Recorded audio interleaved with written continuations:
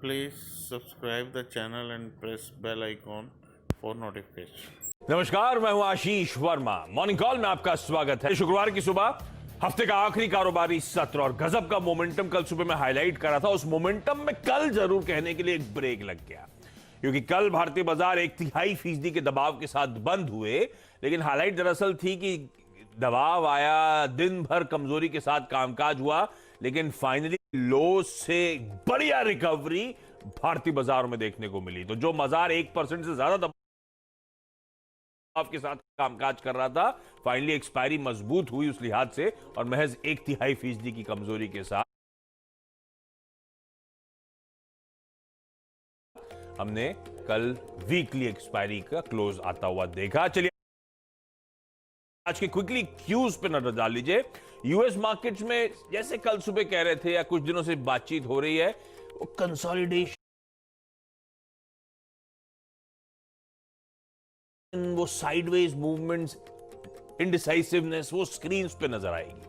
तो डाउ कल 1/4% दबाव में था, एसएनपी फ्लैट था, नैस्डैक क्योंकि कल सुबह मैं बता रहा था आपको 2% तक पिट गया था, तो वहां पे बाउंस थोड़ा बेहतर था, 0.5% की मजबूती के साथ कल कामकाज हुआ। तो मिला जुला सेशन था, लेकिन वहां पे वो स्टिमुलस डील जो है वो अभी भी अनरिजॉल्व्ड है, इसीलिए आप देख रहे हैं वहां पे थोड़ा सा अटक रहे हैं बाजार।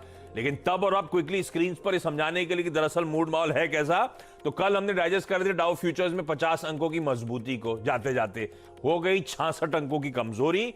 लेकिन आज डाउ फ्यूचर्स फिर 30 अंक ऊपर है, तो मेरे ख्याल से डाउ ही देखना है तो फ्लैटिश रुझान है। लेकिन हमने कल कुछ एक्सेसिव सेलिंग और अंडर परफॉर्मेंस इक्विटी मार्केट्स में देख लिया भारत के। उसके बाद आज एसजीएक्स निफ्टी दिखा रहा है कि शुरुआती टिक्स हरे निशान पे होंगी, 1/4% ऊपर खुलने के इंडिकेशंस। क्विकली समझेंगे नीरज जी से फिर मूड माहौल कैसा है, वीरू से जानेंगे आज की स्ट्रैटेजी, और हर्ष बताएंगे तमाम इंपॉर्टेंट स्टॉक्स की न्यूज। अच्छा हाँ, लॉजिस्टिक्स पॉलिसी की मैंने बात करी, आवाज एक्सक्लूसिव, तो जो हमारे मिस्टर एक्सक्लूसिव हैं लक्ष्मण राय, वो भी सुबह सुबह जुड़ेंगे और समझाएंगे पॉलिसी में क्या आने के इंडिकेशंस वो पिकअप कर रहे हैं। लेकिन नीरज जी क्या हो गया, वो ये डील अब तक नहीं हुई, आज वो दिन है ना, अगर पैसा नहीं आया तो गवर्नमेंट शटडाउन। हाँ, लेकिन वो वाला तो आ जाएगा, लेकिन डील तो आ जाएगा वो। हाँ, वो कर इसमें काम करना दिक्कत क्या, हमारे डॉक्टर 3-3 महीने बिना पगार के काम कर गए कोरोना के टाइम पे, है ना, वहाँ घर चले जाते हैं। अरे वाह वहाँ बहुत आराम है, पैसे नहीं तो घर।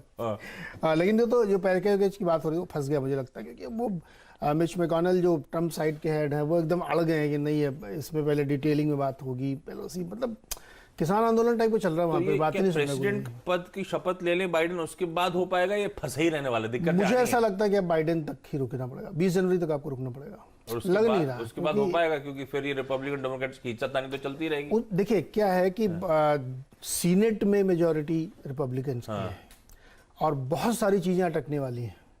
अभी 2 इलेक्शन होने सेनेटर्स के, लेकिन उसके बावजूद मुझे लगता है कि मेजॉरिटी उनकी रहेगी। हमारे Rajya Sabha Lok Sabha. Please subscribe the channel and press bell icon for notification. Exactly, तो बहुत फंसेगा, क्योंकि सीनेट वहाँ का जो अपर हाउस है वो बहुत पावरफुल है, बिना उसकी मंजूरी के आप बिल नहीं ला सकते, इसीलिए ये सब अभी से शुरू हो गया है। तो बहरहाल कल मार्केट में जो है एक मिक्स सेशन था, जैसा कि मैं कहता हूँ बहुत एक बड़ा ट्रिगर चाहिए इसको ऊपर जाने के लिए, जबकि ईसीबी ने वहाँ पे कह दिया कि और पैसे डालेंगे, इंटरेस्ट रेट अनचेंज छोड़ दिए। लेकिन कल 2 चीज़ें अमेरिका में हुई, एक तो जॉब डेटा वहाँ का अच्छा नहीं आया, वो बहुत डिसअपॉइंटिंग था। हालांकि फाइजर को अप्रूवल मिल गया है, अब वो थोड़ी देर में हमको तब अप्रूवल की जो अनाउंसमेंट है वो आ जाएगी। 17:4 का रेशियो था, जो वोटिंग हुई थी उसमें 17 फेवर में गया, तो उसको अप्रूवल मिल गया। तो फाइजर की वैक्सीन अब अमेरिका में हमारे ख्याल में नेक्स्ट वीक से लगना शुरू हो जाएगी, तो एक बड़ा वो पॉजिटिव था। दूसरा जो ब्रेग्जिट वाला मामला, मैं उसको बहुत क्लोजली नहीं ट्रैक कर रहा हूँ, लेकिन बोरिस साहब ने धमकी दी बिना डील के खत्म हो जाएगा ये।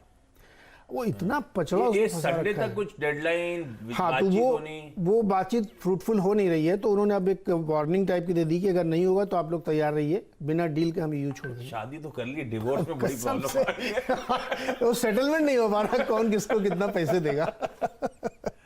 तो एक वो है। दूसरा एक हम आपसे कल जिक्र कर रहे थे कि टेक्सास के लोगों ने एक लॉ सूट किया, अब उनके साथ 16 और स्टेट आ गए हैं, जो है तमाम से निवाडा आ गया उसमें, और विस्कॉन्सिन आ गया इसमें। तो जो 4 बहुत स्विंग स्टेट्स हैं वो सब लोग लेके जा रहे हैं अपना मुकदमा सुप्रीम क्या कोर्ट में। मतलब ट्रम्प साहब आ सकते हैं, नहीं आ सकते? आपकी देखिए, अंडरस्टैंडिंग क्या कहती है? मेरी अब खत्म हो गई ना अंडरस्टैंडिंग ये कहानी? कहती है कि नहीं होगा, खत्म हो गई कहानी, खत्म हो गई कहानी। लेकिन अमेरिका में ये पहली बार हिस्ट्री में हुआ कि 16 स्टेट्स चैलेंज कर रहे हैं सुप्रीम कोर्ट में। तो अब देखो, पॉलिटिक्स है, वहाँ कुछ भी हो सकता है, लेकिन फिलहाल मेरे को ऐसा लगता है कि पॉसिबिलिटी है कि नहीं होगा। लेकिन ये ध्यान में रखिएगा, क्योंकि ये खबरें अब छपनी शुरू हो गई हैं, तो देखते हैं उसका क्या होता है। और वो 14 तारीख वाली डेट बहुत क्रुशियल, याद रखिएगा, जिस दिन ये इलेक्टोरल कॉलेज वोट करेगा। हाँ, क्रॉस वोटिंग भी हो सकती है, हिस्ट्री में कई बार हुई है। तो बहरहाल मार्केट का अगर पूरा आप बुलवा देखेंगे तो एक सबड्यूड सा ट्रेडिंग सेशन था। काफ़ी चीज़ें वहाँ पे हैं, कोरोना के केसेस बहुत तेज बढ़े हैं, 3 लाख के आसपास डेथ टोल पहुंचने वाली है, तो उस पर नजर है। फाइजर को मंजूरी दे दी उन्होंने ना, इमरजेंसी यूज ऑथराइजेशन के लिए। वोटिंग हुई है 17-4। यूएसएफडी ने मंजूरी दे दी। हाँ। अब इमरजेंसी स्टाफ को सबको वो लगाई जाएगी अब लगाई वैक्सीन। जाएगी, यस। ठीक है, तो लेकिन अभी भी वो दिक्कत है एलर्जी वाली, वो और है, हाँ, हर्षदा वो उस पे तो चर्चा यू कल काफी कर रहे थे। हाँ। अच्छा। और एक और दिक्कत है, वो स्पुतनिक की कल बात तो करी थी, लेकिन स्पुतनिक के साथ भी दिक्कत है, वो 2 महीने तक अल्कोहल से दूर रहने का। अरे आप लोगों की बात सुन के मैंने कल आवाज अड्डा किया, वहां भी यही चिंता हो रही थी कि लगा ही नहीं लगा है, बड़ा एलर्जी को मुश्किल हो लेके गया।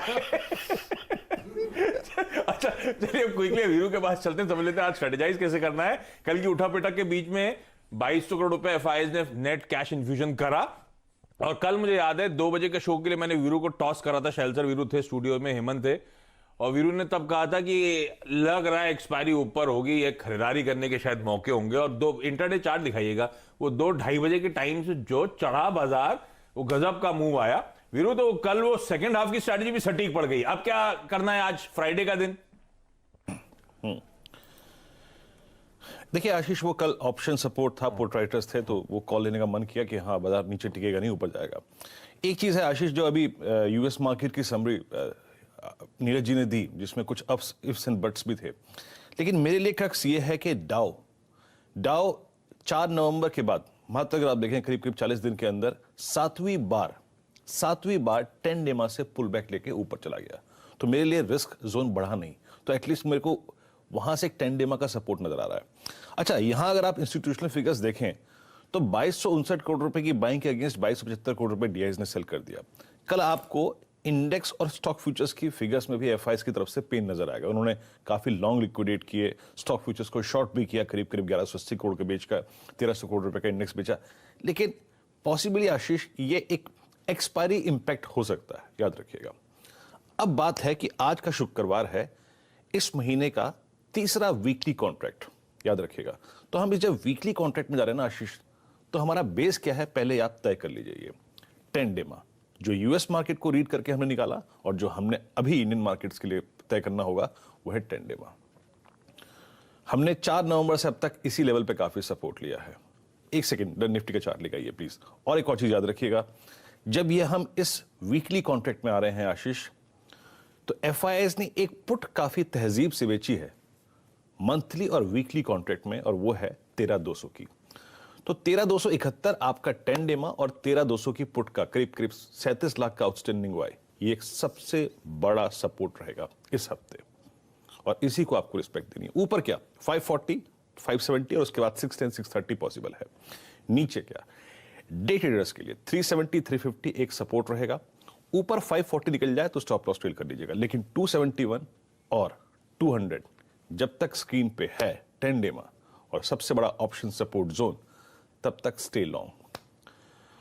एक बार 540, 570 निकल जाए तो ये अपना 350, 370 के स्टॉप लॉस को ट्रेल करके 450 के आसपास ले जाइएगा, उसे कहते हैं स्टॉप प्रॉफिट। अब आते हैं निफ्टी बैंक पे। निफ्टी बैंक पे अपनी उस लक्ष्मण रेखा को खींच लेते हैं। क्या है वो 10 डेमा, क्या Please subscribe the channel and press bell icon for notification. है वो ऑप्शन सपोर्ट? वो है 30,000, एग्जैक्टली 29,990, 29,999, 30,000 पे आपका 10 डे एक्सपोनेंशियल मूविंग एवरेज है। वहीं पे पुट्स में सबसे बड़ा ओआई खड़ा है। तो मैं को बाय एंड डिप्स की अप्रोच रखनी है।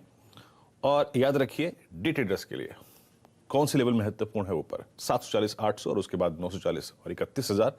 नीचे क्या है? जब आप लॉन्ग करेंगे तो पहला बेस जोन पे आइए, पहला है 240, 200 सपोर्ट और उसके बाद 30,000 और 29,990।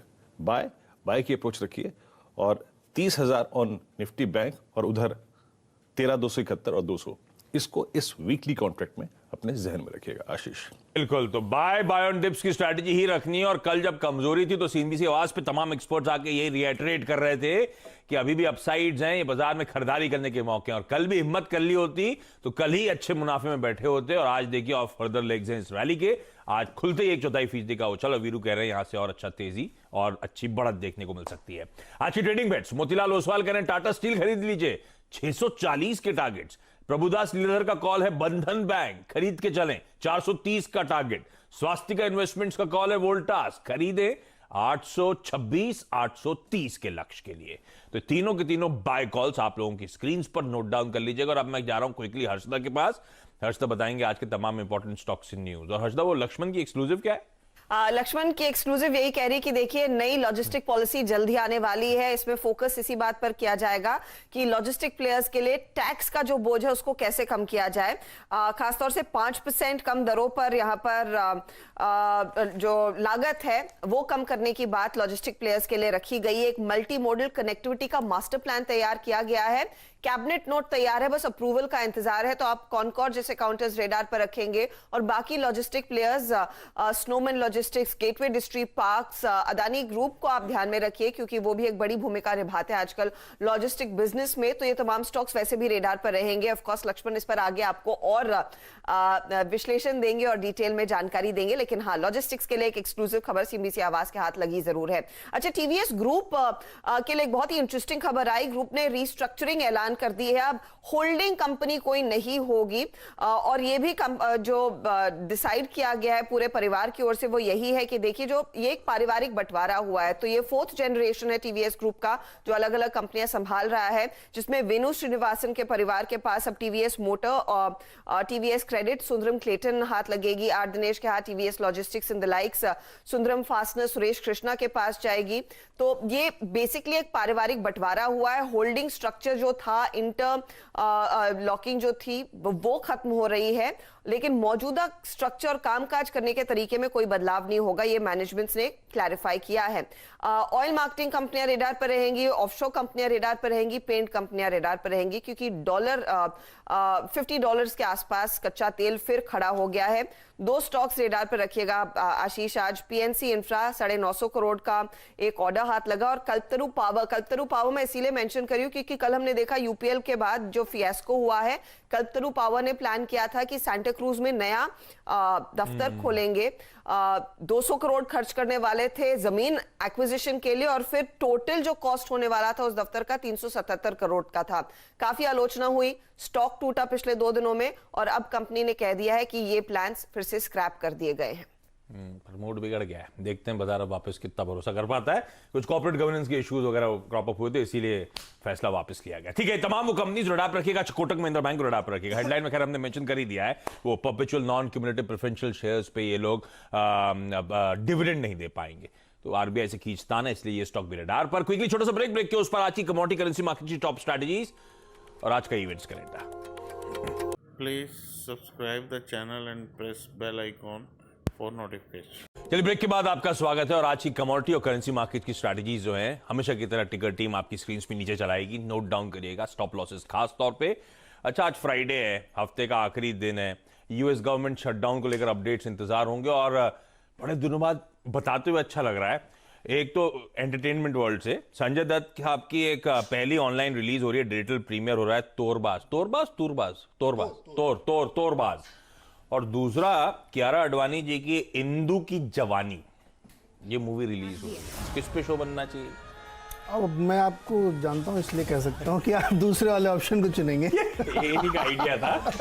तो आज 12:30 स्पेशल जो आने वाला है दरअसल इसी पे आएगा। हम लोग लेकर आ रहे हैं शेरों की जुबानी, ठीक है ना? तो आज 12:30 बजे जुड़िएगा। इस नोट पर मॉर्निंग कॉल में इतना ही। नमस्कार।